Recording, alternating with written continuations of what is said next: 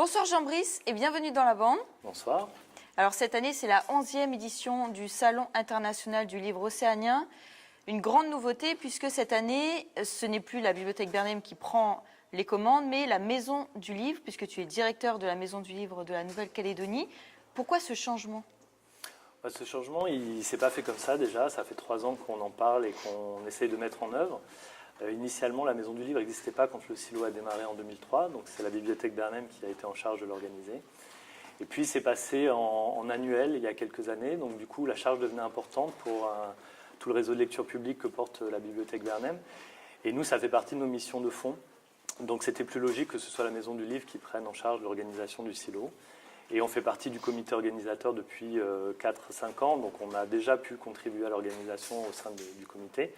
Donc ça s'est fait naturellement. Après, il a fallu l'organiser pour que à la fois Bernheim et la Maison du Livre trouvent leur place dans cette nouvelle formule. C'est bon, tout le monde a pris ses marques un petit peu. Oui, c'est le baptême du feu, c'est la première édition qu'on porte. On est très très content de la porter. On essaye de le faire avec le respect de l'héritage aussi. Les valises étaient pleines, on les a vidées un peu, on les a complétées avec d'autres choses. On va vivre d'autres aventures, mais oui, je pense que ça y est, maintenant on a pris nos marques. Alors justement, qu'est-ce qui va changer puisque le Salon international du livre océanien perdait un petit peu, on va dire, était moins populaire, puisqu'il touchait un public assez restreint. Qu'est-ce qui va changer dans les années à venir, du coup ? L'idée, c'est ça. La difficulté du salon, elle a toujours été que c'est à la fois un outil de cohésion autour de la filière, donc des acteurs du livre, et puis ça s'adresse au grand public. Et c'est vrai que s'adresser à ces deux entités-là, c'est toujours un peu compliqué. Donc là, l'idée, c'est qu'on a, nous, une journée qui est quasi dédiée aux professionnels, aux scolaires, et puis le reste est plutôt grand public. Même si, encore une fois, il y a une interaction entre les deux. Le but, ce n'est pas de faire que du divertissement pour attirer les foules ou que des choses intello entre nous. Voilà. C'est vraiment quelque chose, un maillage entre les deux. Donc on a essayé d'être le plus pertinent dans cette approche-là. Alors les enfants seront plus pris en compte, on va dire ? Oui, il l'était déjà avec les scolaires notamment. Là, on s'adresse un peu différemment à eux, mais je pense que la formule à venir sera encore plus pertinente là-dessus, puisqu'on discute aussi avec le festival LOL pour voir comment il pourrait y avoir un lien entre nous. Évidemment, cette année, on n'a pas d'invité jeunesse dédié dans les extérieurs. On a mis par contre des locaux en avant. Ce public jeune, scolaire et enfant, il est indispensable. On est une population jeune. C'est les lecteurs de demain. Donc évidemment, on touche les familles et les jeunes. Là, on pourrait le faire un peu différemment, sûrement l'améliorer. Donc cette année, on a fait un premier pas avec plutôt de l'animation autour de la jeunesse. Des ateliers ? Voilà, des ateliers, beaucoup, quelques spectacles, des petites surprises. Donc du coup, je pense que là, ça va prendre à ce niveau-là. Ouais. Et au niveau des invités, donc cette année pour le Salon international, c'est la 11e édition. Il y a une 50aine d'invités. Vous avez valorisé les locaux. Pourquoi ? Oui, c'est un peu déliant. On a vraiment beaucoup de locaux. D'habitude, on en a plutôt une vingtaine. Sur l'édition Point Limier, 15. Un peu plus sur Nouméa. L'idée, c'était que cette année, on refasse un rendez-vous avec la grande famille du livre, des auteurs, des illustrateurs, etc. On est en 2018, c'est une année charnière pour la Calédonie. Nous, on est en reprise de cet événement, donc on a une approche un peu différente. Et là, l'idée, c'était, on a permis aux auteurs et aux éditeurs d'être présents dans le comité d'organisation. C'était qu'il y ait une représentation importante, imposante même, de la diversité de ce qui se fait, des gens qui créent aussi autour du livre, qui créent à la fois pour les écrire et illustrer, mais aussi pour faire ces livres-là. Donc c'est vrai que là, on a une quarantaine d'invités en face de 12 internationaux ou extérieurs en tout cas. Donc ils sont très présents. On est très content de l'avoir fait. Évidemment, on ne pourra pas tenir ça tous les ans, parce qu'à force de montrer tout le monde, on ne voit plus grand monde non plus. Alors pour cette année, quels sont les grands rendez-vous à ne pas manquer à partir de vendredi, puisque ce sera donc dès demain, samedi et dimanche. J'ai envie de parler des joutes de traduction parce que c'est la première fois qu'elles ont lieu au sein du silo et en Calédonie. Nous, on a eu la chance de les voir en Polynésie, à Rochefort, sur des salons partenaires. Et c'est vrai que la problématique des langues, que ce soit au kanak, océanienne, le français, l'anglais, se pose souvent autour de l'édition et de la création. Là, on a plusieurs invités qui sont des traducteurs littéraires ou qui ont des productions dans plusieurs langues. Du coup, la joute, c'était une approche assez ludique, originale, de pouvoir présenter à la fois toutes les problématiques sur l'écriture, sur la traduction, mais aussi du coup sur le style et sur le fond, puisqu'on va parler effectivement de tout ça. Donc là, les joutes de traduction, pour moi, c'est un temps fort, et puis on a réussi. C'est la première fois cette année? C'est la première fois, oui. Et j'espère le renouveler sur d'autres éditions. Et cette année, il y a eu une joute en langue kanak, en djéou, qu'on a accompagnée avec le Centre culturel et Emmanuel Chibaou. Et voilà, ça va être un temps pour nous un peu spécial, parce que de l'anglais vers le français, c'est important. Mais de la langue kanak vers le français, cet aller-retour-là, il est original, parce que évidemment, on le vit au quotidien. En tout cas, les locuteurs de langue kanak vivent ça au quotidien. La problématique des langues, elle est encore très forte ici. On parle tous français. Mais en même temps, les langues kanak ont une place importante et devraient avoir une place encore plus importante. Donc cette joute-là, elle va aussi porter ça de manière ludique, parce qu'encore une fois, le but, c'est une forme de battle. Donc c'est argumenter pourquoi on a choisi telle traduction dans le style et dans le fond. Mais il y a plein d'autres choses qui vont ressortir de ça. Alors en plus de ces grands rendez-vous, il y a aussi bien évidemment la librairie. Donc 10% seront faits sur la librairie pour tous ceux qui viendront acheter des livres. Est-ce que ça suffit pour attirer quand même le Calédonien à acheter? Faudrait que ce soit gratuit pour attirer tous les gens. 10% c'est pas mal, mais c'est encore cher. Ce qui est important, c'est qu'on a une campagne depuis 2 ans qui s'appelle Lire local, avec une remise de 15% en fin d'année sur les bouquins locaux. Le message, il était plutôt symbolique au départ, c'était de dire, on a entendu le retour de la population qui disait le livre c'est cher. Voilà, vous nous dites qu'il faut aller vers le livre local, mais c'est cher, et c'est un frein. Donc on a vu que depuis 2 ans, ça a vraiment pris. Les gens, avec 15%, ils sont plus incités à acheter du livre local ou océanien. Et donc là, on devait faire un chèque livre auprès des scolaires qu'on n'a pas pu mettre en place. Mais on a fait cette remise-là qui est un peu moins importante, mais encore une fois, c'est un peu moins cher. C'est jamais suffisant, encore une fois, mais c'est déjà ça. Et l'idée, c'est de se dire aussi, vous pouvez avoir la curiosité de voir des titres locaux qui vont vous coûter un peu moins cher et juste aller au moins les voir. Et vous verrez que finalement, il y a certains titres qui ne sont pas si chers que ça, et d'autres avec la remise qui sont à un tarif raisonnable. Donc voilà, c'est un geste aussi pour montrer que souvent sur les salons, il y a des promotions, que le livre local, on sait pourquoi il est cher. On a un tout petit marché, on fait peu de tirages, mais que là, il va être un peu moins cher et parfois moins cher que des titres extérieurs. Et alors ceux qui viendront visiter le Salon international du livre océanien, ils auront vraiment l'opportunité de rencontrer les auteurs, faire des dédicaces, se faire dédicacer les livres. Ça va être ça tout le temps, ça va être un foisonnement de rencontres, d'échanges, ça va brasser partout. On a un espace dédicace avec parfois 8 à 10 auteurs présents, des auteurs extérieurs et locaux qui vont être ensemble. C'est un espace dédicace qui n'est pas juste on vient griffouiller un bouquin, c'est vraiment un espace d'échange où les gens ils vont pouvoir déjà, entre invités et organisations, travailler ensemble, puisqu'il y a souvent des choses qui ressortent de ces échanges-là. Et puis avec bien sûr le public, pouvoir raconter l'aventure d'un bouquin, pouvoir échanger sur ce qui a plu ou pas. Les invités, les auteurs sont très friands de ces échanges-là. Donc ça va être un foisonnement de rencontres comme ça. Oui. Alors c'est vrai que c'est l'occasion de découvrir des univers différents.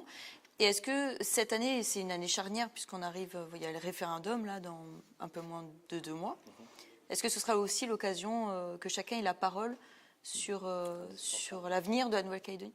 Oui, indispensable. On a même réfléchi à ce que la thématique de cette année soit très ancrée sur cette projection-là. Finalement, on a fait le choix de passeur d'imaginaire et de l'aborder autrement, parce qu'il y a plusieurs nouveautés ou ouvrages déjà parus qui portent la question de la colonisation, de la décolonisation, du référendum, la dimension politique et institutionnelle. On est chargé de ça. On a bien vu avec le succès de Fin mal barré qu'il fallait désacraliser un peu cette échéance, qu'il fallait l'approcher autrement. Et du coup, le sujet il va être là tout le temps, mais il sera de manière un peu différente, il sera contourné, parfois détourné. Et puis parfois, on va en rire aussi, parce que je pense que c'est une approche très politique, finalement, ce référendum, qui est parfois pesante. Parfois, on a l'impression de ne pas être entendus les uns et les autres. On n'est pas sur un oui ou un non, on est parfois sur de l'entre-deux. Et du coup, ou de la nuance en tout cas. Et c'est vrai que la culture, elle doit apporter cette nuance-là. Donc on a plutôt fait le choix d'être dans la nuance, avec une approche plus diverse, plus ouverte qu'un oui ou un non. Alors il y a notamment Manuel Touraille qui est invité et qui vient de sortir un livre, Les guerriers pacifiques. On va en parler dans la deuxième partie, juste après, avec lui, avec cet auteur qui est aussi directeur du Rex. C'est un livre intéressant qui est court puisqu'il fait une dizaine de pages. Mais en même temps, il y a une allégorie assez intéressante de ce livre-là, Les guerriers pacifiques. Qu'est-ce que tu en penses, Jean-Brice ? Moi, j'ai beaucoup apprécié ce bouquin parce que Manuel Touraille, il est sur la place depuis un moment, il écrit depuis longtemps, il a pas mal de projets publiés ou non publiés. Et il démontre avec ce bouquin déjà qu'on peut être accessible, même si c'est effectivement une allégorie, il y a quelque chose d'accessible parce que c'est court, parce que c'est facile à lire. Pour autant, c'est bien écrit, parce que souvent on dit, voilà, facile à lire, c'est populaire, mais avec du sens. Et puis je pense qu'il y a un côté très positif dans ce bouquin, en tout cas qui nous questionne de manière intelligente sur l'avenir du pays, sur le vivre ensemble. Tous ces mots-là, le destin commun, etc., on a l'impression, surtout nos générations, c'est un peu galvaudé, qu'on a tout dit là-dedans et peut-être qu'on passe à côté de l'essentiel. Et là, avec ce type de création, on se rend compte que finalement, on peut revenir à l'essentiel. C'est effectivement vivre ensemble, intelligemment, mais prôner une approche peut-être un peu plus originale. Et c'est probablement ce qui manque aujourd'hui dans la question autour de l'avenir institutionnel. C'est comment on invente finalement autre chose plutôt qu'un oui ou un non, encore une fois. Merci Jean-Brice. Merci.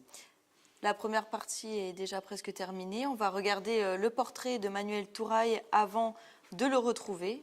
Là, il a écrit Les guerriers pacifiques. Je te remercie. On se retrouvera de toute façon dès demain pour le Salon international du livre océanien. Merci Jean-Brice et à bientôt sur Calédonia. Merci. Assistant réalisateur dans le cinéma, puis directeur de production dans le domaine du spectacle vivant à partir de 1990, Manuel Touraille sera pendant près de 10 ans directeur du Théâtre de Lille. Il développera ensuite de nombreux projets artistiques au pays et à l'international avant de devenir aujourd'hui directeur du Rex à Nouméa. Et ça a joué à Sydney. Et ça, c'est vendredi, samedi, peut-être dimanche. C'est dans le cadre du silo. Je pense que c'est intéressant d'aller voir ce spectacle. Alors c'est quelqu'un qui a un excellent relationnel aussi, ça c'est sûr. C'est quelque chose qu'il défend pas mal et je le suis bien là-dessus. C'est qu'au Rex ici on est une équipe qui est présente et les jeunes peuvent venir un peu n'importe quand et sans avoir le sentiment qu'ils nous dérangent ou quelque chose comme ça, d'avoir toujours quelqu'un qui est prêt à les écouter. Il y a Nicolas qui répète là.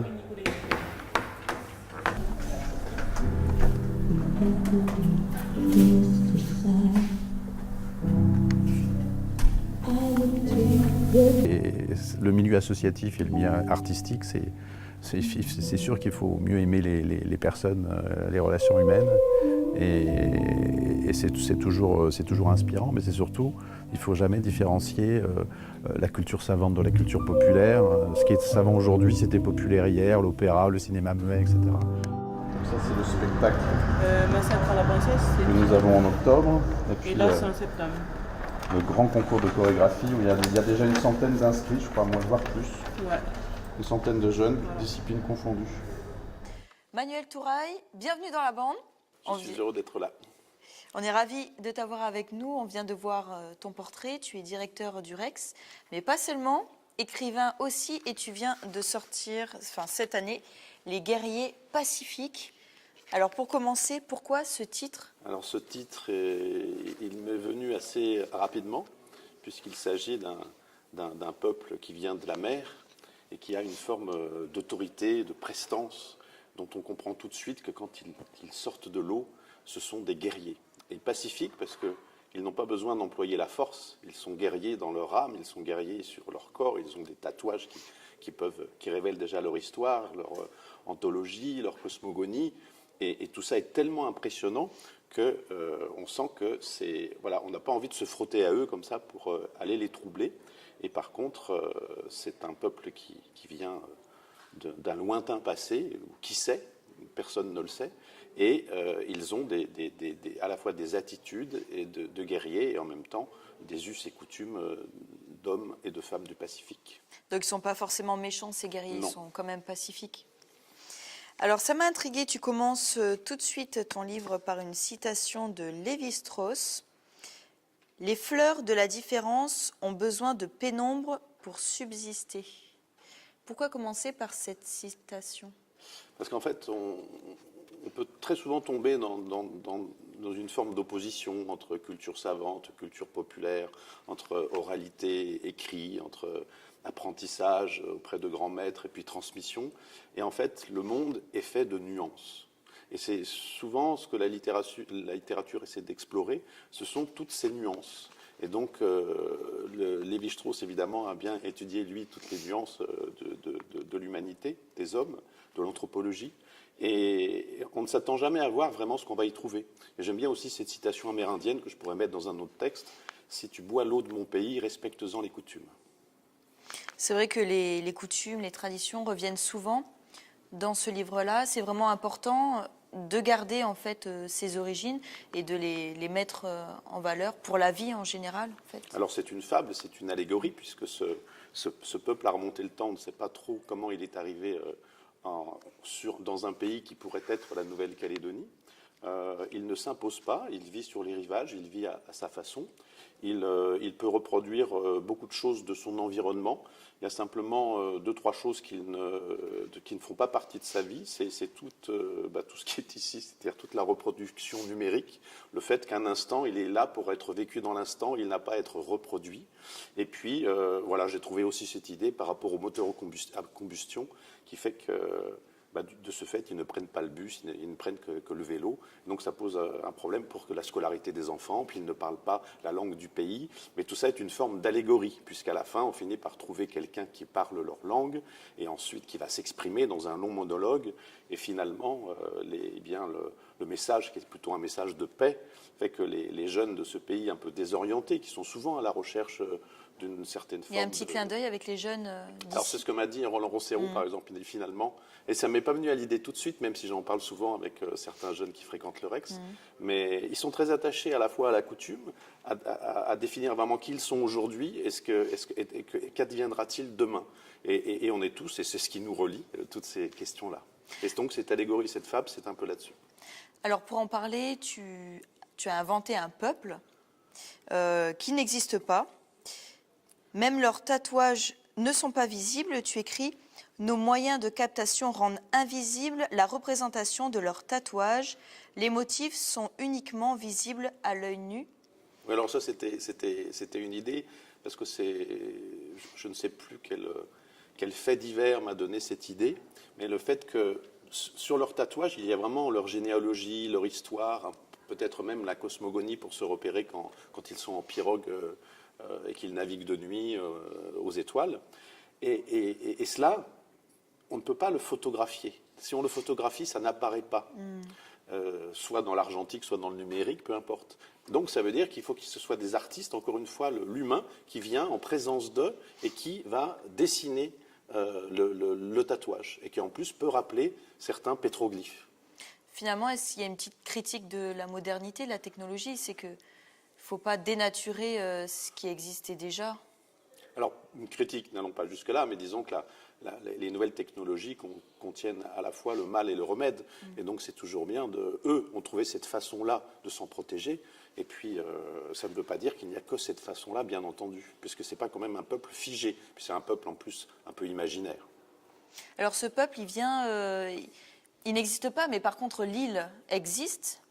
C'est une île qui fait partie de la Micronésie. Oui, c'est vers les Mariannes. Et au début, quand j'ai vu les photos de ce site, j'ai cru que c'était faux. Parce que je n'en avais jamais entendu parler. J'avais bien sûr entendu parler de l'île de Pâques. J'avais entendu parler de cités mystérieuses au Japon, sous la mer. Mais je n'avais jamais entendu parler de cette cité de Nan Madol, qui finalement est une forme, comme s'il y avait, nous, dans nos cités grecques, on a une forme d'âge d'or. Et là, les cités de Nan Madol, c'est comme si c'était une forme d'âge d'or de l'Océanie. Et montrer que dans les différentes îles d'Océanie, on retrouve plusieurs traces de civilisation très, très, très antiques. Donc c'est une forme d'antiquité océanienne, parce qu'il n'y a pas que l'Europe qui a son antiquité, bien sûr. Alors je lis un passage qui exprime bien ce que tu dis dans le livre. Ils abritent les vestiges de palais, de temples, de sépultures et de domaines résidentiels de la dynastie Sodler, la cité interdite de Nan Madol, l'une des plus grandes énigmes de la technologie ancienne, la Venise du Pacifique, exerce encore une étrange fascination sur les insulaires qui refusent catégoriquement de s'y rendre, pensant que cela pourrait leur coûter la vie. Donc c'est assez mystérieux, tu te laisses aller vraiment dans l'imaginaire en fait. Je n'ai pas souhaité, et puis qui suis-je pour le faire, lever le mystère. sur ce lieu qui est devenu un peu tabou pour les gens qui vivent à côté. Un lieu quand même touristique, mais c'est compliqué d'y parvenir, mais où finalement, imaginez de grandes parois de corail, et puis il y avait plusieurs cités, un peu comme à l'ancienne, il y avait la cité pour l'armée, la cité pour les vivres, la cité pour les prisonniers, et puis du jour au lendemain, cette civilisation a disparu. On ne sait pas si c'est parce que finalement, ils vivaient grâce au peuple qui était autour, qui était presque sous forme d'esclavagisme. Alors peut-être ce peuple s'est-il révolté, peut-être il y a eu une maladie, mais je ne veux pas répondre à tout cela. Je donne aussi bien les arguments magiques, parce qu'ils sont beaux et qu'ils font rêver, la façon dont les géants ont pu construire cette cité, tout aussi bien que j'avance des pistes sur la façon, un peu comme on faisait avancer les grandes statues de l'île de Pâques, là, le fait d'avoir à cette époque des technologies, des fibres assez solides pour mettre en place une belle architecture. Des fois, c'est bien de pas forcément tout savoir, tout Exactement. connaître. Laisser planer le mystère. Comme sur les Aztèques, on finit encore par découvrir sous une forêt ou sous plein de choses sur la civilisation aztèque. Alors moi, j'ai eu vraiment l'impression, en lisant ce livre qui est vraiment très bien écrit, je vous le conseille, surtout que c'est très court. Bon, c'est pas que j'aime lire les livres très courts. Et j'ai eu l'impression que ce peuple qui a inventé sur cette île mystérieuse me faisait beaucoup rappeler le peuple kanak. Je vais lire un petit passage. Pour moi, on a l'impression que ces guerriers, ce sont un peu comme au pays, en fait, où les traditions sont vraiment importantes. Ils se sont si bien intégrés dès le commencement qu'ils passent aujourd'hui inaperçus. Ils ont l'art du geste rituel ou cérémonial qui implique de leur part une attitude tout en retenue, chargée d'une profonde intériorité, une forme de connexion avec le monde invisible. Ça m'a marqué quand même aussi. C'est le peuple océanien. Le Pacifique en général. Voilà. Et il y a aussi, dans le monologue, pour que ce peuple arrive à se faire comprendre dans la langue qui est parlée dans le pays où ils arrivent, c'est comme un geste coutumier de celui qui prend la parole et qui dit voilà qui nous sommes. Et finalement, en Occident, on a défini une forme de sagesse. Il y a beaucoup de livres qui parlent de comment réussir sa vie, comment faire ci, comment faire ça. Et on se rend compte que beaucoup ont été puisés dans la sagesse océanienne et qu'on ne le sait pas assez. Mais il y a beaucoup de cette façon de vivre au présent, de trouver... on a des maisons trop grandes, mais elles sont vides et sans famille. Et d'aujourd'hui, de voir le désarroi, le désappointement, un peu la démoralisation d'une certaine jeunesse, je lui ai aussi donné un signe d'espoir pour que cette jeunesse... peut côtoyer en même temps tradition et modernité, et il le faut. Parce que finalement, on a tout à portée de main. On va dire, on n'a pas besoin forcément de la technologie. Il y a un autre passage aussi qui m'a interpellée, parce quand je l'ai lu, c'est vrai qu'on le ressent clairement et on le vit complètement. Aujourd'hui, nous avons des maisons plus grandes et des familles plus petites, plus de confort mais moins de temps, parfois de revenus mais plus de divorces et des familles brisées. Nous avons plus de diplômes mais moins de connaissances, plus de loisirs mais moins d'amusement. Tout ça, c'est assez contradictoire, mais finalement, ça fait partie de la réalité. Et en même temps, d'une certaine forme de sagesse océanienne que l'on peut aussi trouver chez d'autres peuples. On peut, si on va en Orient, on peut trouver chez les soufis des paroles aussi qui nous font encore vibrer aujourd'hui et qui peuvent très bien nous accompagner dans la vie. Il y a bien sûr la modernité, nos outils, mais il ne faut pas aller à toute vitesse, ne regarder que des choses qui ne sont pas du domaine, enfin qui sont du domaine de l'illusion. Et l'imaginaire, c'est bien, mais se constituer un socle de réalité, de fondation, de relations humaines, c'est ça qui est important et c'est ce qui fait aussi toute forme de littérature. Parce que littérature, c'est vraiment prendre langue tous ensemble. Finalement, c'est une leçon de vie. On peut dire ça. On peut dire ça.